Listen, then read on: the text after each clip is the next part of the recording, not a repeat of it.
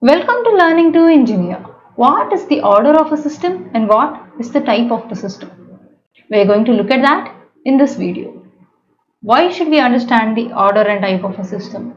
All of that I'll be discussing in this video, and this will be the basic video for you to understand in order to progress with studying control systems. Only then you will be able to understand the nature of the system, say whether the system is stable or not, and define what kind of inputs will give you the minimum error, and so on. So this will be a very fundamental video for you to watch. Okay, this is a very small concept, but still it's very vital for you to understand this at the start itself.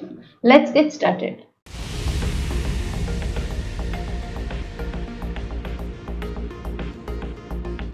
This format of the equation is called as the time constant form of a system. We need to put any system transfer function in time constant form like this, where k is the system gain into 1 plus t1 of s into 1 plus t2 of s and etc. Similarly, in the denominator, we need to find out the common s term separately and find out its powers. The power of this will give us the type of the system, where J tells us the type of the system. If the type is, let us say, J is equal to 0, then this is the type 0 system.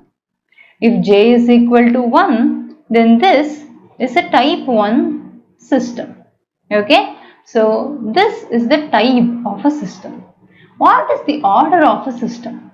That's different. We need to find out the closed loop transfer function in order to find out the order of a system. This is a open loop transfer function. It's not necessary that it should be a closed loop in order to find out the type of a system.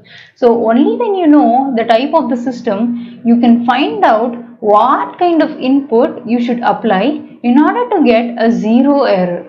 We just saw the static error coefficients in the previous video. Based on the type of a system, we found out the different errors for different kinds of input.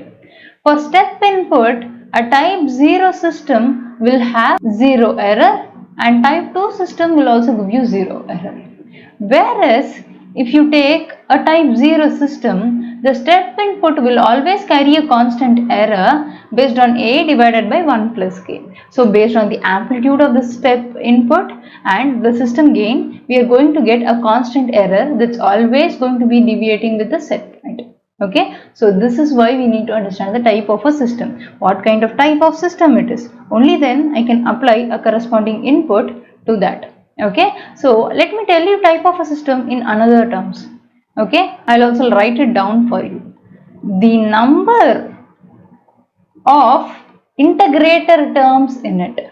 Okay, so the number of the integrator term, what is the integrator term? 1 by s term is the integrator term. So let us say you have two 1 by s terms. Let's consider this example.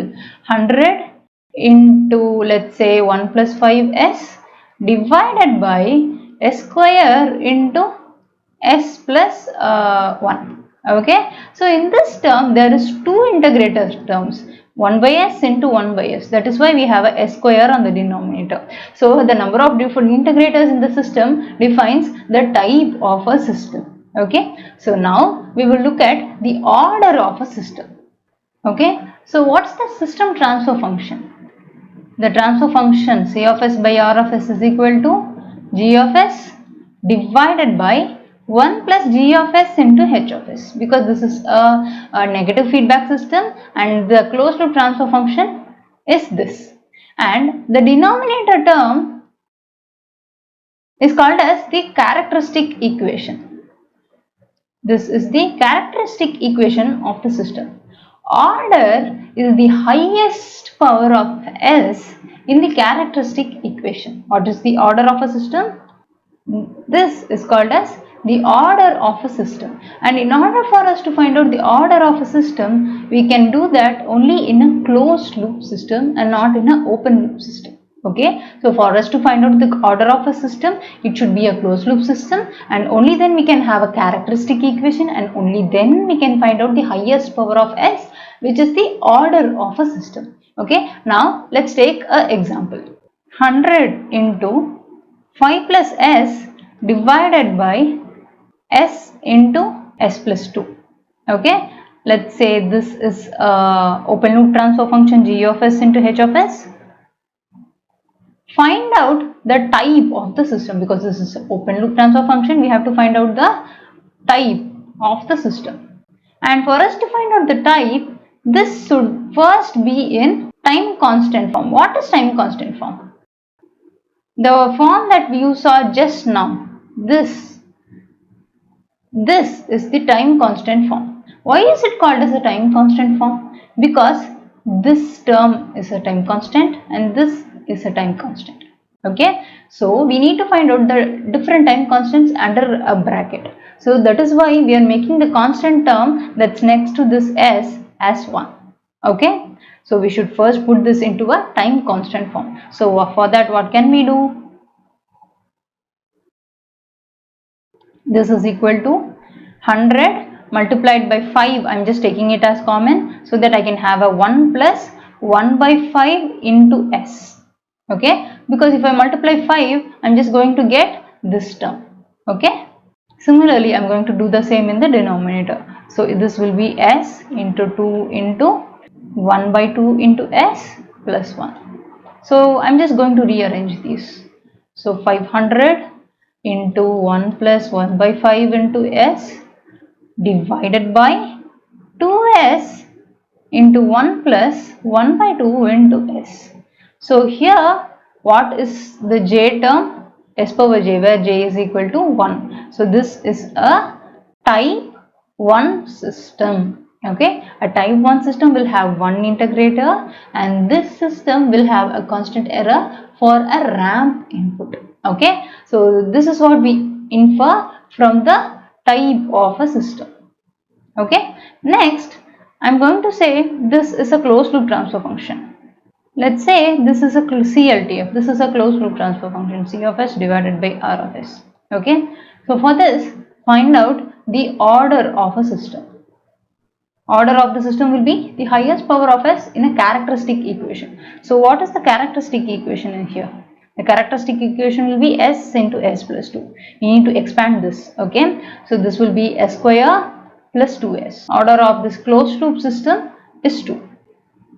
Okay, so now we understood the time constant form in the first place, and then we understood what the type of the system is and what the order of a system is. So this is a very fundamental video for us to understand, and only then we will know what a pole is, what zeros are, root locus techniques, and how to find out the asymptotes, and hence find out the stability of the system. So this is a very fundamental video which is important for anyone who is trying to learn control systems. Okay, so see you in my next video, where I'm going to explain about the dynamic error constants, and we will also see why we should go for dynamic error constants and why not static error constants. If you have any topics to discuss in mind for control systems, do let me know in the comment section, and soon there will be videos on Laplace transform, more on transient analysis, especially when we have RL and RC circuits. Okay, so I am definitely reading all your comments. Do let me know your thoughts in comment section, though I may not revert to you in a very short time. I am definitely reading every one of your comments, and I am preparing my schedule to accommodate your suggestions. So thanks for watching, and thanks for subscribing to my channel and supporting this for a really long time. Thank you.